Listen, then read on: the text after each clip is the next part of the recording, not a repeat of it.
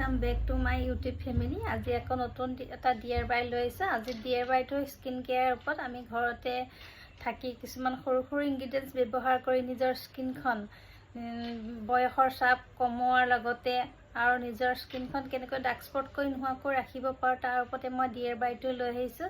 কাৰণ এইটো নেচাৰেল হয়, বয়সৰ লগে লগে সময়ৰ লগে লগে আমাৰ বুঢ়াপাতো আমাৰ স্কিনত দেখা যায়, কিন্তু আমি ঘৰতে থাকি কিছুমান ঘৰুৱা বস্তু ব্যৱহাৰ কৰি সেই বয়সৰ চাপটো আমি নিজেই নিজকে অকণমান ধুনীয়াকৈ ৰাখিব পাৰোঁ, নিজেই নিজকে বয়সৰ চাপবোৰ কমোৱাত সহায় কৰিব পাৰোঁ। তাৰ ওপৰতে মই ইনগ্ৰিডিয়েণ্টছবিলাক বা ডিআইৱাইটো লৈ আহিছোঁ। বলকচোন মোৰ ভিডিঅ'ৰ মাজলৈ মই কি ইনগ্ৰিডিয়েণ্টছ ব্যৱহাৰ কৰি আজি ডিআইৱাইটো বনালোঁ।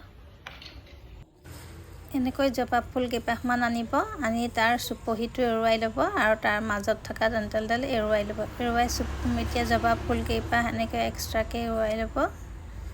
এনেকৈ এখন লৈ ল'ব। মই গছৰ পৰা ছিঙি আনিয়ে বনাইছোঁ, আপোনালোকেও তেনেকৈয়ে বনাব। তাৰপাছত উতলা গৰম পানী ল'ব। মই এনেকৈ গিলাচ এটাতে উতলা গৰম পানী লৈছোঁ। এতিয়া আমি জবা ফুলৰ পাহকেইটা এনেকৈ উতলা গৰম পানীত ডুবাই দিম। গোটেইখিনি দি এনেকৈ আপোনালোকে পানীৰ পৰিমাণটো বেছিকৈ নল'ব, অলপ ল'ব। গোটেইখিনি দি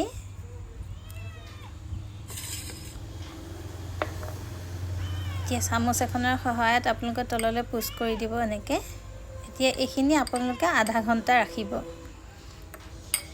এনেকৈ গৰম পানীতে আপোনালোকে জবা ফুলটো আধা ঘণ্টা ডুবাই ৰাখিব।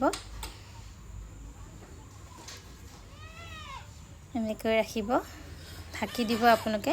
ঢাকি এনেকৈ আধা ঘণ্টা ৰাখিব। আধা ঘণ্টাৰ পাছত এনেকৈ চালনীৰ সহায়ত জবা ফুলটোৰ যিটো পানী ওলাইছে ৰঙা ৰঙা পানীটো, সেইটো আপোনালোকে এনেকৈ চাকি ল'ব। এইখিনি পেলাই নিদিব, এইখিনি আপোনাৰ হেয়াৰ মাস্ক হিচাপে ব্যৱহাৰ কৰিব পাৰিব।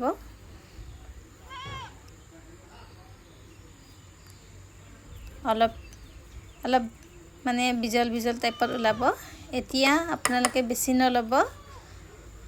সৰু চামুচৰে দেখিছেনে, মই আধা চামুচ কৰ্ণফ্ল'ৰ দিছোঁ। এতিয়া ভালকৈ মিলাই ল'ব। মিলাই সৰু পাত্ৰ এটাত আপোনালোকে অলপ গৰম কৰিব। দেখিব আপোনালোকে কালাৰটো অকণমান পাৰ্পল কালাৰ হৈ যোৱালৈকে অকণমান গৰম কৰিব।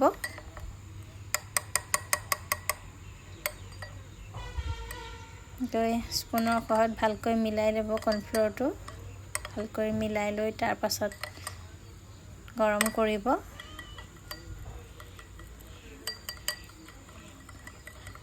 এইখিনি মই 1 মাহৰ কাৰণে বনাইছোঁ, আপোনালোকে কম কোৱাণ্টিটিটো বনাব পাৰে। এনেকৈ বহাই দিব। দেখিছে ৰংটো পাৰ্পল কালাৰ হৈ গৈছে। মই এতিয়া এইটোখিনি ঠাণ্ডা হ'ব দিম। ঠাণ্ডা হোৱাৰ পাছত মই ভিটামিন ই কেপচুল 2টা দিছোঁ।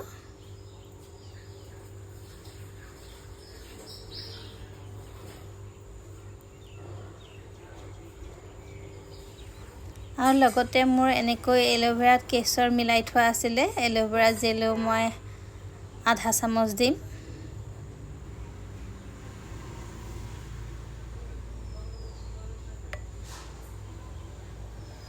এনেকৈ আপোনালোকে লগাই। কেশৰ আপোনালোকৰ ঘৰত নাই যদি দৰকাৰ নাই, অকল এল'ভেৰা জেলটোৱে দিব। তাৰপাছত দিব আধা চামুচ কোকোনাট অইল। এতিয়া গোটেইকেইটা ইনগ্ৰিডিয়েণ্টছ ভালকৈ মিলাই ল'ব।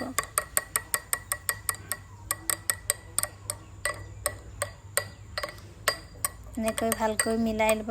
গোটেইকেইটা ইনগ্ৰিডিয়েণ্টছ ভালকৈ মিলি যোৱালৈকে আপোনালোকে মিলাব।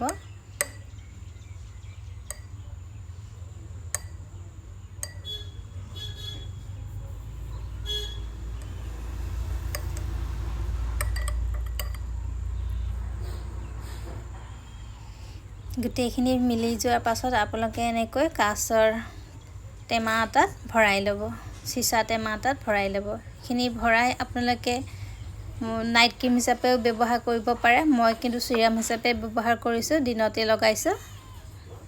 এনেকৈ দেখিছে। এনেকৈ মই চিৰাম ছিষ্টেমত ব্যৱহাৰ কৰিছোঁ।